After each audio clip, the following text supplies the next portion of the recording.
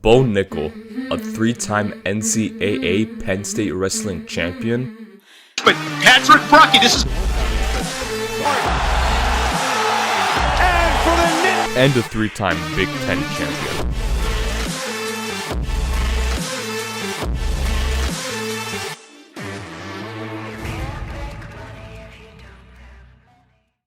Transition from wrestling to MMA, now he's on his way to be the UFC middleweight champion. In 2020, after signing an MMA management deal and opening a gym with Dan Lambert, Nickal would have his MMA amateur debut fight against David Conley.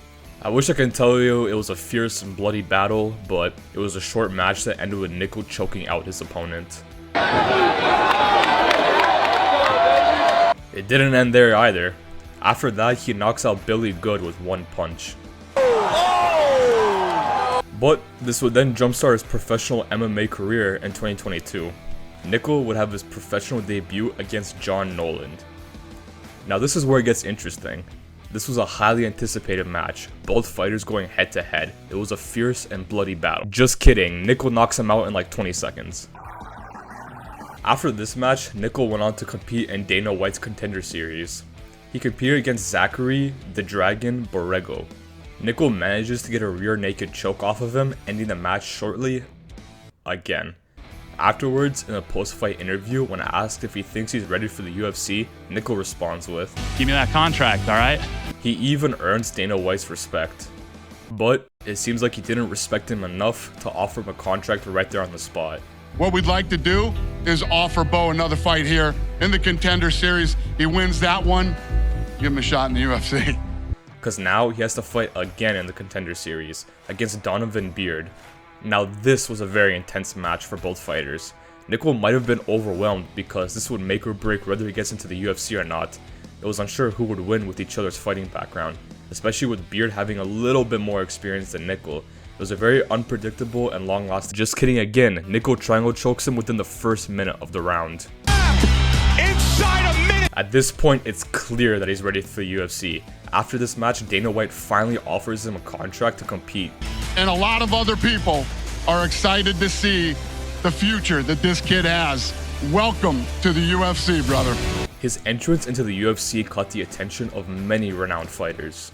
I think it's just pending whenever this guy actually becomes champion at 185 pounds. Who's going to be willing to step up and say, I'm going to fight Bo? Like, you had this one guy who's training with Robert Drysdale, jiu-jitsu ace. He gets smoked. So I'm talking about Bo Nickal right now. I'm talking about a guy who might be the best in the world. Now, On March 4th of this year, Nickal made his long-awaited UFC debut at UFC 285. His opponent, Jamie the Nightwolf Pickett. It would be considered a tough test for Nickal, considering that Pickett had much more experience in the octagon. You'd think this would be a little nerve-wracking for Nickal, considering the fact that he hasn't been in the MMA scene for too long. But the pressure wasn't getting to Nickal. If he got another win off, his career would jumpstart towards a spot in the rankings. In the pre-fight interview, he was definitely remaining humble despite his continuous success. Despite this being a sort of long-awaited UFC debut, the whole fight can be summarized in just a few words. Fall, grapple, takedown, pressure. triangle choke, and tap. That's it. But the fight with Pickett sparked controversy. Pickett's team claimed that Nickal hit him with an illegal groin strike during the match. Very few have been in front of this amount of people. Bo Nickal has. In front of this amount of people. Bo Nickal has. In front of this amount of people. Bo Nickal has. In an interview with Pickett, he had to say, "Right is right, wrong is wrong. The man low-blowed me. That's all I care about. I don't understand why the referee didn't see it. He was standing right there. It's on camera. How can you say he didn't do something? It's right there, brother. It's on camera." But what did Nickal have to say? "I hit him in the leg, in the thigh. If I were to actually hit him low, I would feel bad because I don't want to win that way. I'm not a cheater. I'm not somebody who tries to take shortcuts." In the same interview, Pickett commented, "I'm not calling Bo Nickal a cheater. I'm not saying what he did was wrong because nobody told him to stop. He did his job. I'm not mad at him. So why is acting like I'm talking shit about him? I don't know what the hell that's about. Maybe that's the bitch in him." On social media, the fans were even taking Pickett's side, agreeing that he got groin strike during the match, but Nickal continues to deny this allegation. But after some more back and forth, the case ended up getting dropped due to not enough grounds to qualify for an appeal. So with that out of the way, who's supposed to fight Nickal next? Tresean Gore was next in line to step into the octagon, but while Nickal was training for his upcoming fight, he was interrupted by the news that Gore had to withdraw from the fight. It isn't clear exactly how it happened, but Gore suffered a brutal wrist injury, one that will most likely require surgery.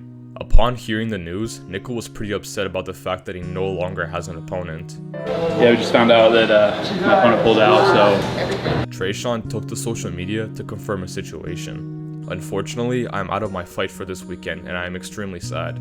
The truth is, I'm not healthy and I may have to get surgery that will have me out 6 months to a year. As of now, I'm avoiding surgery, but I have rounds of stem cell treatments I have to do until I heal up.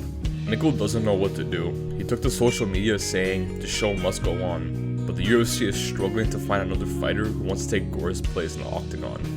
You see, this is a big dilemma because the problem is that no other fighter wants to take on Nickal, especially on such short notice.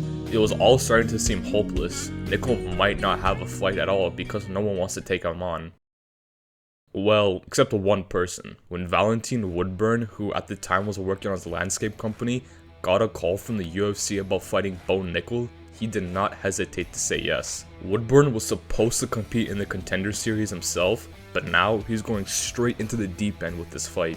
This sparked a little bit of controversy. Due to Woodburn jumping the line a little and training on such short notice, Nickal was the heaviest favorite in a UFC match.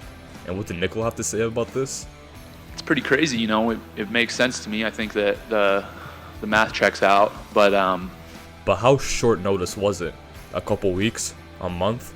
No. Try 5 days. And how big of a favorite was Nickal? About minus 2,500. But despite Nickal being a heavy favorite, Woodburn was still pretty confident that he'll beat Nickal. I'm going to be the bad apple Saturday night. I'm definitely going to be that guy. I'm known for ruining these guys' records and stuff. Winning this fight is mandatory for me. This is not just a fight because it's on short notice. I'm coming to fight. I'm coming to put on a show. I'm coming to take an opportunity and maximize it to the fullest. So, how did the fight end up turning out?